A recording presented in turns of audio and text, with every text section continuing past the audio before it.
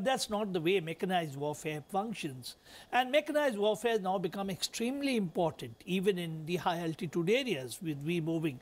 And that means we have taken the battle to the mountains, we are taking the battle to all points, including, I would say, to places where we can dominate by show of strength by just having tanks over there. So the propelled gun becomes extremely important. Now, in the beauty of the Vajra, as I would like to put it, is that we wanted to move the caliber of the gun, which is measured in terms of the length of the barrel, to a 52 caliber gun.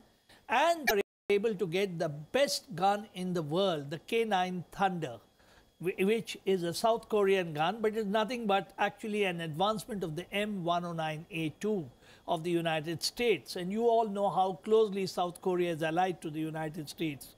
And it's with a lot of deliberation, preparation, and coaxing of the South Korean company, which I will name as Samsung Techwin, but of course now the main manufacturers are Hanwha, that we could get this gun. Now, why is it significant? In your deserts, if you want movement to take place, any wheeled, say, let us say, you can say that Tatra moves very well. You can say that many other vehicles move very well. But an assurance is most important for tracked vehicles. And that assurance is being provided. So with number 100 also, it's very clearly, it's meant for the Southern Strike Corps. And it should be able to provide intimate fire power to the Southern Strike Corps in its movement. I also visualize one more thing I would just bring in now. We tried to have the trials for the wheeled self-propelled gun. Unfortunately, though the guns were okay, we landed in the courts and we could not proceed further. So the other strike corps could also be given these guns, and the number which is right now 100 could be enhanced, particularly keeping in mind what you said. 10 have come in a semi-knockdown components, 40 will come in fully knocked down components, and another 50 possibly will be made with high degree of indigenization by L&T.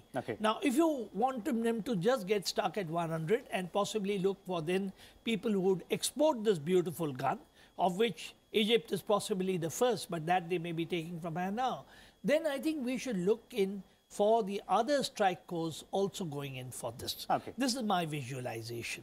Let's bring in General Saxena here. General Saxena, a wonderful description of why and how K9 Vajra by General Chakraborty here. But if we talk about the firepower of this gun specifically, which he also hinted at, this is something which is a unique capability the gun has, the way it can fire ranges as well in terms of quick bursts as well as sustained firing also. So how do you look at the gun in that perspective?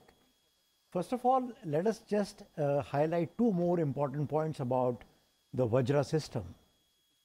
It will be nice to remember that this is the first ever military deal of our country with South Korea, this big ticket. And secondly, this is the first time when a bid led by an Indian company has won a global tender. You know, this L&T who's doing this. Now, this gun is very peculiar in 2-3 different aspects, as General Chakraborty brought out.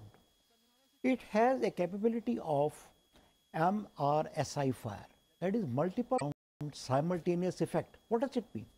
It means that if I want to punish a target with simultaneous 2-3 rounds that landing at the same time, you know what happens when your artillery gun fires?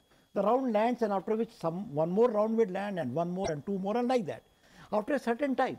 But what if I want a particular number of rounds to land at the same time to create a devastating effect? That is called multi